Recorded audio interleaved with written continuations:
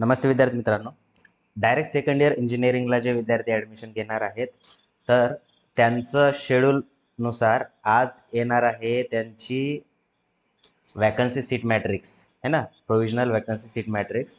ठीक आहे, तर त्याची लिंक अजून काही जनरेट झालेली नाही. कुठे लिंक ॲक्टिवेट होईल तर या ठिकाणी ऑनलाईन सिस्टीममध्ये provisional cut off of CAP round 2च्या वरती, म्हणजे या ठिकाणी तुमची काय होईल, प्रोव्हिजनल वॅकन्सी, जसं इथं वॅकन्सी फॉर कॅप राऊंड 2 दिलेलं आहे तसंच provisional vacancy for cap round 3 याची लिंक वरती ॲक्टिवेट होईल. ठीक आहे, पण आता कधी होईल हे सांगू नाही शकत आपण, बरोबर आहे. ज्यावेळेस होईल झाल्यानंतर, तसंही तुमचं CET सेल जे आहे हे रात्रीच काम करतं, रात्री 12-12:30 वाजता, किती किती वाजता त्यांना काही लिमिट नाही आहे लिंक टाकायची. ठीक आहे, तर जसं ते अपडेट करतील त्यानंतर लगेच मी आपल्या व्हॉट्सअपच्या ग्रुपवरती लिंक ती शेअर करेन. ठीक आहे, जर व्हॉट्सअपचा ग्रुप जॉईन केला नसेल तर तो जॉईन करून घ्या. तसेच बघा, कॅप राऊंड 3 भरण्यापूर्वी तुमच्या मनामध्ये काही जे डाऊट आहेत ते क्लिअर करणार आहे आपण. तसेच नवीन एक सिस्टीम सुरू झालेली आहे की तिसऱ्या राऊंडला जे मुलं ऑप्शन फॉर्म भरतील, आता ऑप्शन फॉर्म तर तुमचे उद्यापासून सुरू होत आहेत, बट तिसरा राऊंड भरायच्या अगोदर काही इम्पॉर्टंट गोष्टी आहेत ज्या तुम्हाला मी शेअर करणार आहे. कारण काय झालेलं आहे की कॅप राऊंड 3 फर्स्ट इयरचा, म्हणजे BE फर्स्ट इयरला जे विद्यार्थी ॲडमिशन घेत आहेत त्यांना एक नवीन ऑप्शन आलेला आहे. कोणतं ऑप्शन आलेलं आहे तर मी दाखवतो, एक मिनिट.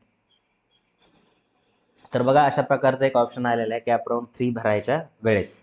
तर पॉसिबिलिटी आहे की तुम्हाला पण हे ऑप्शन येणारच. आता या ठिकाणी हे ऑप्शन काय आहे, तर ज्या विद्यार्थ्यांनी रिसिप्टवरती रजिस्ट्रेशन केलेलं आहे आणि त्यांची फायनल व्हॅलिडिटी असेल किंवा EWS सर्टिफिकेट किंवा आपलं कोणतं NCL सर्टिफिकेट जर आलेलं नसेल, तर अशा विद्यार्थ्यांसाठी दोन ऑप्शन आहेत की कंटिन्यू विथ रिसिप्ट. जर त्यांचं फायनल सर्टिफिकेट जे आहे ते शेवटच्या दिवसाच्या आतमध्ये, म्हणजे तिसऱ्या राऊंडच्या लास्ट डेट किती आहे तुमची, तर 9 तारीख आहे वाटतं, 9 सप्टेंबर. तर 9 सप्टेंबरच्या अगोदर जर येत असेल तर तुम्ही काय करायचं, कंटिन्यू विथ रिसिप्ट. आणि जर तुम्हाला असं वाटत असेल की आपलं सर्टिफिकेट काही येणार नाही 9 तारखेपर्यंत, तर अशा विद्यार्थ्यांनी कन्वर्ट टू ओपनवरती क्लिक करायचं, म्हणजे तिसऱ्या राऊंडला ते विद्यार्थी काय होतील, ओपन कॅटेगरीमध्ये कन्वर्ट होतील. ठीक आहे, आलं का लक्षात? हां, आता फक्त जे SC-BCचे मुलं आहेत ते विद्यार्थ्यांनी काय करायचं, कंटिन्यू विथ रिसिप्टवरती करायचं आहे. कारण SC-BCच्या मुलांचा जर फक्त व्हॅलिडिटीची गोष्ट करतोय, NCLची जर गोष्ट असेल तर तुम्ही NCL तुमचं 9 तारखेपर्यंत यायलाच पाहिजे. फक्त व्हॅलिडिटीसाठी काय केलेलं आहे आपल्याला, तर 6 महिन्याची मुदत दिलेली आहे. 6 महिन्याच्या आतमध्ये तुम्हाला जर आलं तर तरी चालतं. त्याच्यामुळे SC-BCच्या मुलांनी जर व्हॅलिडिटी त्यांची पेंडिंग असेल तर कंटिन्यू विथ रिसिप्ट क्लिक करायचं आहे ना. अशा मुलांना काही प्रॉब्लेम नाही. बट अदर जे मुलं असतील त्यांचं जर, आता बरेच विद्यार्थी आहेत बघा, EWS सर्टिफिकेट, काही मुलांनी काय केलेलं आहे, मराठा कास्टवाल्यांनी EWSला अप्लाय केलं होतं, त्यांच्याकडे रिसिप्ट आलेली आहे. बट जे विद्यार्थी मराठा कास्टचे आहेत अशा मुलांना EWSचं सर्टिफिकेट बहुतेक भेटणारच नाहीये, है ना. कशामुळे, कारण SC-BCचं सेपरेट रिझर्वेशन त्यांना मिळालेलं आहे, त्यामुळे जर ओपन कॅटेगरी म्हणजे मराठा विद्यार्थी असेल, ओपन कॅटेगरी म्हणता येणार नाही, फक्त मराठा कास्टची जर मुलं असतील आणि त्यांनी जर EWS साठी अप्लाय केलं असेल तर त्यांचं EWS सर्टिफिकेट शक्यतो येणार नाही आहे. त्याच्यामुळं अशा विद्यार्थ्यांनी पण कन्व्हर्टेड टू ओपन केलं तर बरं राहील, है ना. आणि ज्या विद्यार्थ्यांनी व्हॅलिडिटीसाठी अप्लाय केलेलं आहे ते कंटिन्यू विथ रिसिप्ट करू शकतात. आता बघा, थोडक्यात साध्या आणि सरळ गोष्टी भाषेमध्ये सांगतो. कंटिन्यू विथ रिसिप्ट करणं म्हणजे तुम्ही त्या कॅटेगरीमधून ॲडमिशन घेताय, आणि कन्व्हर्टेड टू ओपन म्हणजे की तिसऱ्या राऊंडला तुमची कॅटेगरी जी आहे ती ओपन होत आहे. ठीक आहे, आलं लक्षात? हां, तर हे ऑप्शन आलेलं आहे. या ठिकाणी इन्स्ट्रक्शन ज्या दिलेल्या आहेत ते तुम्ही पॉज करून इन्स्ट्रक्शन किंवा स्क्रीनशॉट काढून इन्स्ट्रक्शन वाचू शकता डिटेलमध्ये. ठीक आहे, ज्यावेळेस आपण या ठिकाणी कंटिन्यू विथ रिसिप्टवरती क्लिक करतोय, याच्या अगोदर एक सांगतो, जे विद्यार्थी बघा डिप्लोमा इन वोकेशनल आहेत किंवा BSc वरती ज्या विद्यार्थ्यांनी अप्लाय केलेलं आहे, हे विद्यार्थी कॅप राऊंड 3 साठी इलिजिबल असतात. ठीक आहे, त्यामुळे तिसरा कॅप राऊंड हे मुलं भरू शकतात, BSc वाले आणि डिप्लोमा वोकेशनल वाले. ठीक आहे, हा.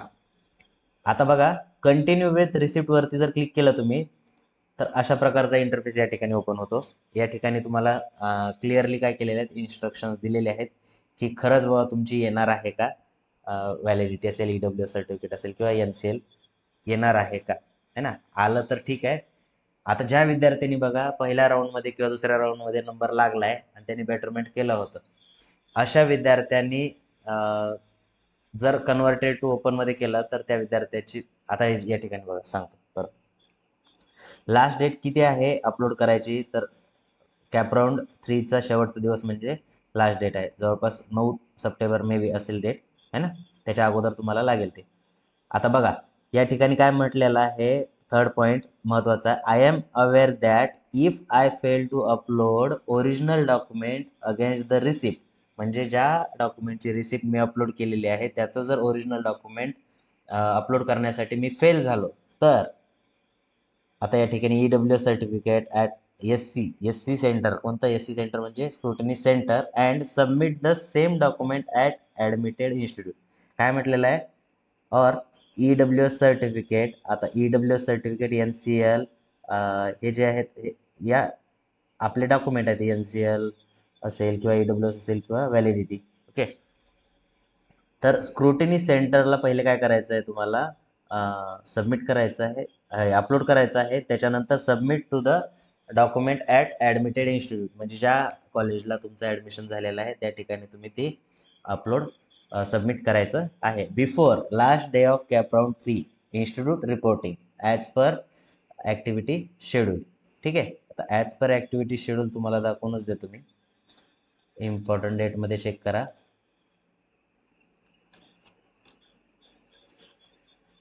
कॅप 3 तर रिपोर्टिंग इन्स्टिट्यूट किती आहे, 10 सप्टेंबर, है ना. तर 10 सप्टेंबरला तुम्हाला 3 वाजेपर्यंत, जास्तीत जास्त 3 वाजेपर्यंत तुम्हाला काय करायचं आहे, ते इन्स्टिट्यूटला सबमिट करायचं आहे. ठीक आहे. ओके. आणि जर नाही सबमिट केलं तर काय होईल बघा, then my admission category will be converted to open and if seat allotted to me is based on reserve category, then such allotment will be cancelled automatically by the system and my eligibility will be as per open category required for admission. ठीक आहे. तर या विद्यार्थ्याचं काय होणार आहे, तर seat जर त्याला रिझर्वची मिळालेली असेल तर ती काय होणार आहे, अलॉटमेंट जी आहे ती ऑटोमॅटिक कॅन्सल होणार आहे. आता लास्ट रूल बघा काय म्हणतोय, as per rules if the candidate have selected continue with receipt option at the time of submission of CAP round 3. बघा अशा विद्यार्थ्यांनी जर काय केलं, कंटिन्यू विथ रिसिप्ट जर सिलेक्ट केलं तर in future he want to convert category of admission from reserve category to open category और from EWS to non EWS category will not be allow.